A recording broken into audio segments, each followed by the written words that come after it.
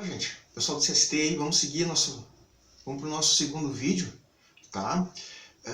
Em relação ao vídeo anterior, eu tinha terminado a nossa aula, onde eu tinha colocado essa simbologia nessa parte aqui, né? Eu resolvi repetir ela aqui para que nós possamos discutir algumas coisas que eu considero importantes, tá? Para agregar aí informação, conhecimento de vocês. Gente, vamos entender essa simbologia aqui, ó. O que significa o que está escrito aqui? Isso aqui diz assim, ó, o conjunto dos naturais ele está contido no conjunto dos inteiros. O conjunto dos inteiros está contido no conjunto dos racionais. O conjunto dos racionais está contido no conjunto dos reais. E o conjunto dos irracionais está contido dentro dos reais, tá bem? Esse desenho que eu fiz aqui, essa representação aqui que está no material de vocês, ela transcreve exatamente o que está escrito aqui. Vamos ver? Ó, aqui eu tenho um conjunto menor, que é o conjunto dos naturais. Ele está contido dentro do conjunto dos inteiros, ok? E o conjunto dos naturais e o conjunto dos inteiros estão contidos aonde? No conjunto dos racionais. E atenção que esse conjunto ele vem até aqui, né? Ele vem até aqui. Por quê? Porque aqui, ó, esse pedaço aqui, ele representa o conjunto dos irracionais, tá bem? Esses caras aqui, somado com esse aqui, formam o nosso conjunto maior aqui no exemplo, que é o conjunto dos reais, tá bem? Portanto, a união do conjunto dos racionais, representado por toda essa região aqui, com o conjunto dos irracionais, eles formam o conjunto dos reais. Observando isso aqui, nós podemos concluir que a intersecção ou a interseção entre o conjunto dos racionais com os irracionais, ela é vazia, porque não existem elementos que pertencem ao mesmo tempo ao conjunto dos racionais e ao conjunto dos irracionais. Agora, a união entre eles, entre esses dois conjuntos, sim, formam o conjunto dos reais. Tá bem, gente? Vamos seguir aqui. Agora aqui eu digo o seguinte, ó, dado dois conjuntos A e B, certo? Deixa eu passar para cá, ok? Dado dois conjuntos A e B, ok? Se todos os elementos de A forem também elementos de B, nós dizemos que A é o subconjunto de B, ou que A está contido em B, ok? Como assim? Vamos entender essa simbologia aqui. Olha só. O que está escrito aqui, nós usamos essa simbologia aqui, ou seja, o A está contido, o símbolo é um Czinho assim, né? O A está contido em B, o A está contido em B, ou, pensando ao contrário, B ele contém A, ou seja, B contém A. Nós temos um conjunto e um conjunto maior. Esse conjunto A, ou seja, o cara que está contido ali, ele é o conjunto menor. Ele está contido onde? No conjunto maior, que aqui no caso é o nosso conjunto B, certo? Ou que B, que é o conjunto maior, ele contém o conjunto A, que é o conjunto menor, tá bem? Se o conjunto A não for subconjunto importante isso aqui, ou seja, se eles não estiver inserido, não estiver dentro do conjunto B, obviamente que então que esse A ele não está contido em B. E como que nós representamos isso através da simbologia? A não está contido em B, olha só, agora esse Czinho aqui ele é cortado, atravessado por uma barra, ou que B ele não contém A, tá bem? Vamos ver um pouquinho esses símbolos aqui. Os símbolos está contido, não está contido, contém e não contém, eles são usados para relacionar conjunto com conjunto. Gente, nos nossos primeiros encontros, eu fiz questão de reforçar essas relações, porque a gente precisa ter cuidado, vocês precisam ter cuidado com o seguinte, ó. Lembra lá no vídeo anterior que eu tinha dado para vocês um conjunto A que era formado pelas vogais A, E, I, O e U, né?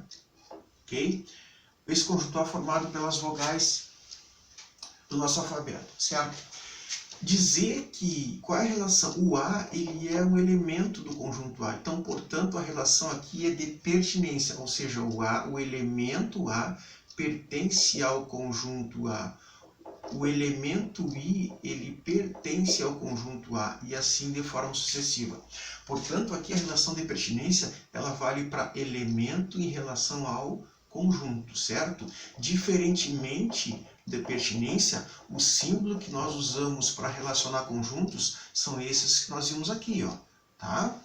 Importante isso. Ou seja, olha para cá um pouquinho, ó. O conjunto A está contido ao conjunto B. Então não há relação de elemento conjunto, e sim conjunto com conjunto, tá certo? O produto cartesiano diz assim, ó, dados A e B, ok? Dois conjuntos, né? O produto cartesiano de A por B é o conjunto dos pares ordenados, par ordenado de ordem, né? A e B. Pela definição, o produto cartesiano de A por B, tá, vai ser o par ordenado A e B, tal que o A vai pertencer ao conjunto A e o B vai pertencer ao conjunto B, certo? Exemplo. E esse exemplo aqui eu tirei do material de vocês, só que eu suprimi um pouco os elementos para a explicação e o exemplo ficar mais dinâmico, certo? Então eu tenho o conjunto A formado pelos elementos 0 e 2 e o conjunto B formado pelos elementos -2, 0 e 3. Eu vou relacionar todos os elementos do conjunto A com os elementos do conjunto B, formando assim o que? Os pares ordenados indicados aqui na parte teórica aqui, ó. Quer ver uma coisa?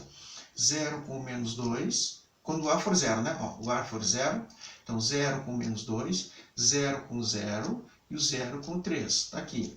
Agora quando o A for esse 2 aqui, então 2 com o -2, tá aqui, 2 com o 0 e o 2 com o 3. Logo, o produto de A por B é formado por esse conjunto de pares ordenados que foram feitos através dessa relação aqui, tá bem? O conceito de relação é extremamente importante ter isso sedimentado, porque a relação ela nos ajuda lá a entender a função, que é o nosso próximo conteúdo, certo? Então, relação diz assim, ó, dado dois conjuntos A e B, uma relação R, eu vou representar aqui dr, uma relação dr de A em B é qualquer subconjunto de A vezes B, ou seja, do produto A vezes B. Portanto, 3 pontinhos aqui, né? 3 pontinhos. Portanto, essa relação ela está contida no produto A vezes B. Tá bem, gente? Essa relação aqui nós vamos ver também que ela pode ser representada através do gráfico no plano cartesiano. Tá bem? Então, o plano cartesiano, esse gráfico é representado por duas retas, né, perpendiculares.